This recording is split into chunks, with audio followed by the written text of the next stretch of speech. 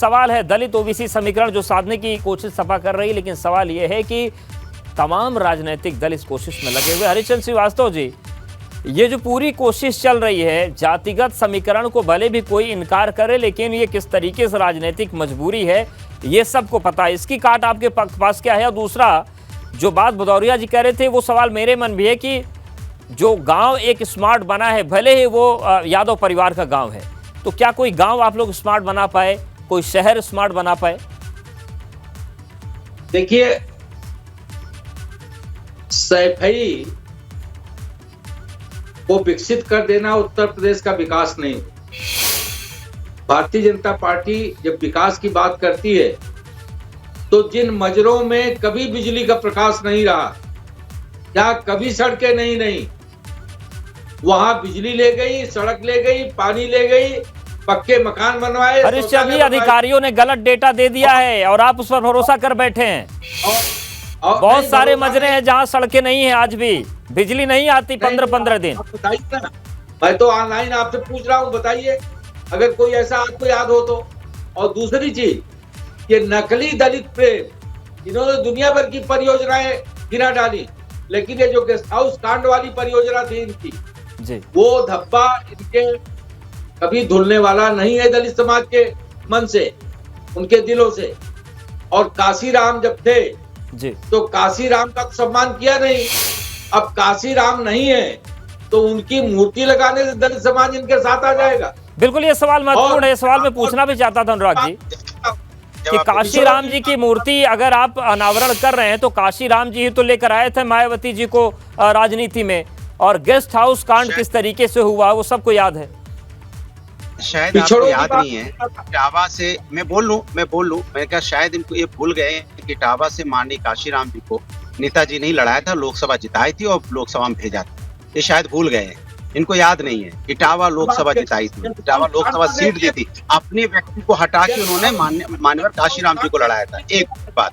दूसरी बात सुन लीजिए, दूसरी बात हमसे बार मैं आपसे पूछ रहा हूँ, आपने कौन सी स्मार्ट सिटी बताई है, जरा बता दीजिए कौन सी स्मार्ट सिटी बनाई है। हमने तो स्मार्ट गांव बनाए हैं, हम गिनाने को मैं सैफी का नाम ले रहा हूँ और आप कहते हो कि सैफी एक ही गांव का हमने विकास किया है। तो आप बता दीजिए, हमने जौनपुर मेडिकल कॉलेज बनाया, हमने आजमगढ़। सवाल ये है कि अगर आप काशीराम जी की प्रतिमा का अनावरण कर रहे हैं तो क्या समाजवादी पार्टी मायावती जी से माफी मांगेगी गेस्ट हाउस कांड को लेकर सार्वजनिक रूप से? तब तो ये सम्मान जाहिर होगा ना कि गलती हो गई थी।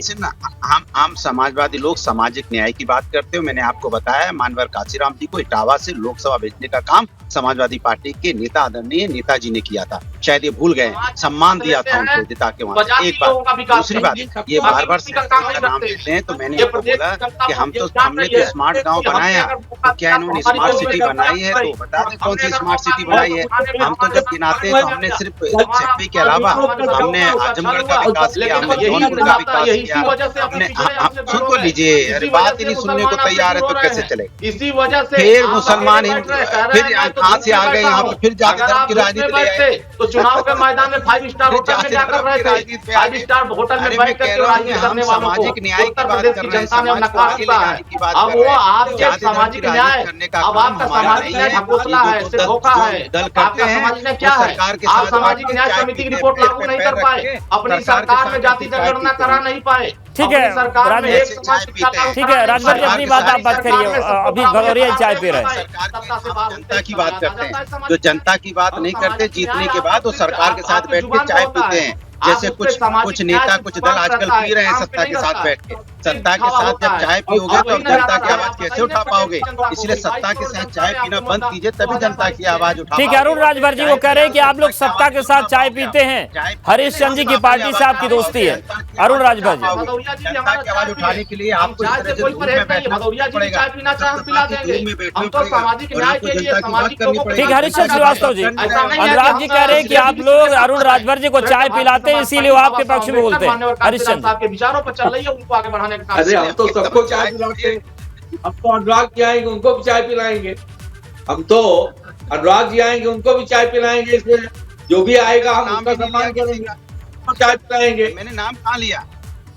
मैंने नाम कहाँ लिया? मैंने कहा कुछ दल सत्ता की चाय पी रहे हैं इसलिए सत्ता की बात कर रहे हैं, तो जनता की बात नहीं कर रहे हैं। तो आप मन में चोर क्यों? मुझे नहीं समझ में आया कि वो मन में चोर आ गया। अरे मैं तो किसी का नाम ही नहीं ले रहा हूँ भाई, बिजली का बिल माफ क्यों नहीं किया? मेरे मन मैंने किसी का नाम ही नहीं लिया। परेशान होने लगे तो इसमें मैं क्या कर बताऊँ? तो आपके मन में कह रहे हैं, हम तो कह रहे हैं कि हम तो सबको चाय पिलाते हैं। हमारे लिए कोई आजादी के 75 साल में एक बंजारा को आपने टिकट नहीं दिया। सत्ता से आप पूछिए क्यों महंगाई ज्यादा है? सत्ता से ठीक है, राजनीति में चाय की मिठास बनी रहे, लेकिन ये ध्यान राजनीतिक दल दें कि ये जातीय समीकरण जो इसमें विकास की धारा न रुके और कहीं जातीय समीकरण साथते साथते कटुता न बढ़े।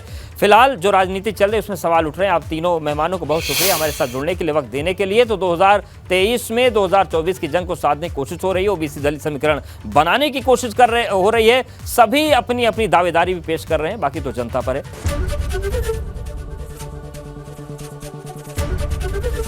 एबीपी गंगा, खबर आपकी, जुबान आपकी।